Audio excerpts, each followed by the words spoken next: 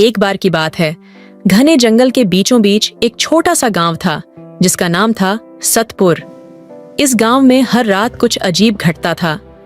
जैसे ही रात का अंधेरा छाता, गांव के सभी लोग घरों में बंद हो जाते, दरवाजे और खिड़कियां मजबूती से बंद कर लेते, क्योंकि गांव के पास एक पुराना टूटा फूटा किला था जिसे जादुई किला कहा जाता था। इस किले से एक रहस्यमय आवाज हर रात सुनाई देती थी, जैसे कोई गा रहा हो।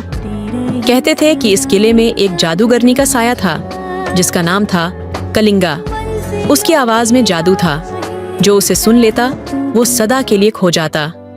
गांव वालों को बचपन से यह सिखाया गया था कि रात में कभी भी किले की दिशा में मत देखो और उस आवाज को मत सुनो। एक दिन गांव में एक अजनबी युवक आया जिसका नाम था आरव।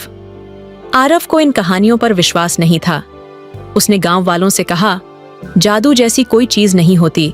मैं आज रात उस किले में जाऊंगा और सच का पता लगाऊंगा। गांव वालों ने उसे बहुत समझाया, पर आरव नहीं माना। रात होते ही आरव चुपचाप किले की ओर बढ़ा। किला जितना बाहर से टूटा फूटा दिखता था, अंदर उतना ही रहस्यमय था। जैसे ही आरव किले के मुख्य दरवाजे के पास पहुंचा, अचानक एक ठंडी हवा का झोंका आया और किले के दरवाजे खुद ब खुद खुल गए। आरव थोड़ा चौंका, पर उसने हिम्मत नहीं हारी और अंदर चला। अंदर पहुंचते ही उसे एक हल्की रोशनी दिखी जो एक बड़े कमरे से आ रही थी। कमरे में एक सुंदर युवती बैठी थी जो एक सोने का हार पहन रही थी। वह युवती कोई और नहीं बल्कि कलिंगा थी। उसकी सुंदरता आरव की आंखों को भा गई, पर तभी उसे याद आया कि यह वही जादूगरनी है जिसके बारे में गांव वाले बताते थे। कलिंगा ने मुस्कुराते हुए आरव से कहा, तुम्हें सच जानना है तो सुनो, मैं यहाँ किसी को नुकसान पहुँचाने नहीं आई। मैं तो खुद इस जादू से बंधी हूँ।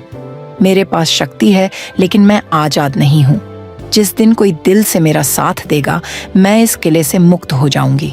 आरव को यह सुनकर अजीब सा लगा। उसने कहा, मैं तुम्हारी मदद करूंगा, लेकिन कैसे? कलिंगा ने कहा, तुम्हें सिर्फ एक बार मेरा हाथ थामना होगा और मैं इस कैद से आजाद हो जाऊंगी। आरव ने बिना सोचे समझे उसका हाथ थाम लिया।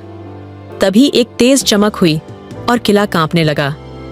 कलिंगा हंसते हुए बोली, अब मैं आजाद हूँ युवक, लेकिन तुमने अपना जीवन दांव पर लगा दिया। अब तुम इस किले का हिस्सा बन चुके हो।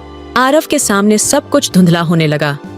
उसकी आंखें बंद हो गईं और जब उसने फिर से अपनी आंखें खोलीं, तो वह खुद एक मूर्ति में बदल चुका था, हमेशा के लिए। इस तरह आरव भी उस किले का एक हिस्सा बन गया और उसकी कहानी भी उसी जादू के साथ खो गई जिस जादू को वह जानने आया था।